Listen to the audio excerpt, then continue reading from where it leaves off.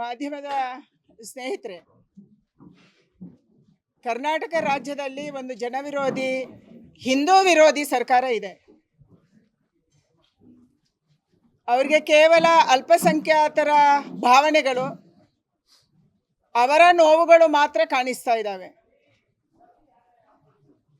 ಪ್ರತಿ ಬಜೆಟಲ್ಲಿ ಕೂಡ ಒಂದಲ್ಲ ಒಂದು ರೀತಿಯ ಸವಲತ್ತುಗಳನ್ನು, ಯೋಜನೆಯನ್ನು, ಹಣವನ್ನು ಅಲ್ಪಸಂಖ್ಯಾತರ ಒಂದು ವರ್ಗಕ್ಕೆ ಘೋಷಣೆ ಮಾಡ್ತಾರೆ. ಅದರಲ್ಲೂ ಎಲ್ಲರೂ ಇಲ್ಲ. ಅವರಿಗಾಗಿ ಯೋಜನೆಗಳಿರ್ತವೆ, ಅವರಿಗಾಗಿ ಪರಿಹಾರ ಇರುತ್ತೆ. ಕೇರಳದಲ್ಲಿ ಆನೆ ತುಳಿದು ಸತ್ರ ಅಲ್ಲಿ ಪರಿಹಾರ ಸಿಗುತ್ತೆ.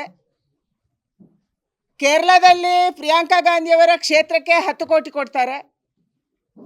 ಆದರೆ ನಮ್ಮ ಶಾಸಕರು ಯಾರಾದರೂ ದುಡ್ಡು ಕೇಳಿದ್ರೆ ಅವರಿಗೆ ದುಡ್ಡಿಲ್ಲ.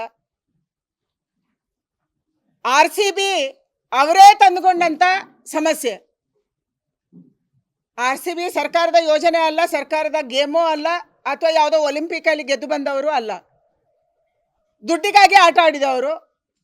ವಿಧಾನಸೌಧದ ಮೆಟ್ಟಿಲುಗಳ ಮೇಲೆ ಕಾರ್ಯಕ್ರಮ ಮಾಡಿದ್ರು, ತಗೊಂಡೋಗಿ ಸ್ಟೇಡಿಯಮಲ್ಲೂ ಮಾಡಿದ್ರು. ಮುಖ್ಯಮಂತ್ರಿ, ಉಪಮುಖ್ಯಮಂತ್ರಿ ಕಾಂಪಿಟೇಷನಲ್ಲಿ ಕಾರ್ಯಕ್ರಮದಲ್ಲಿ ಭಾಗವಹಿಸಿದ್ರು.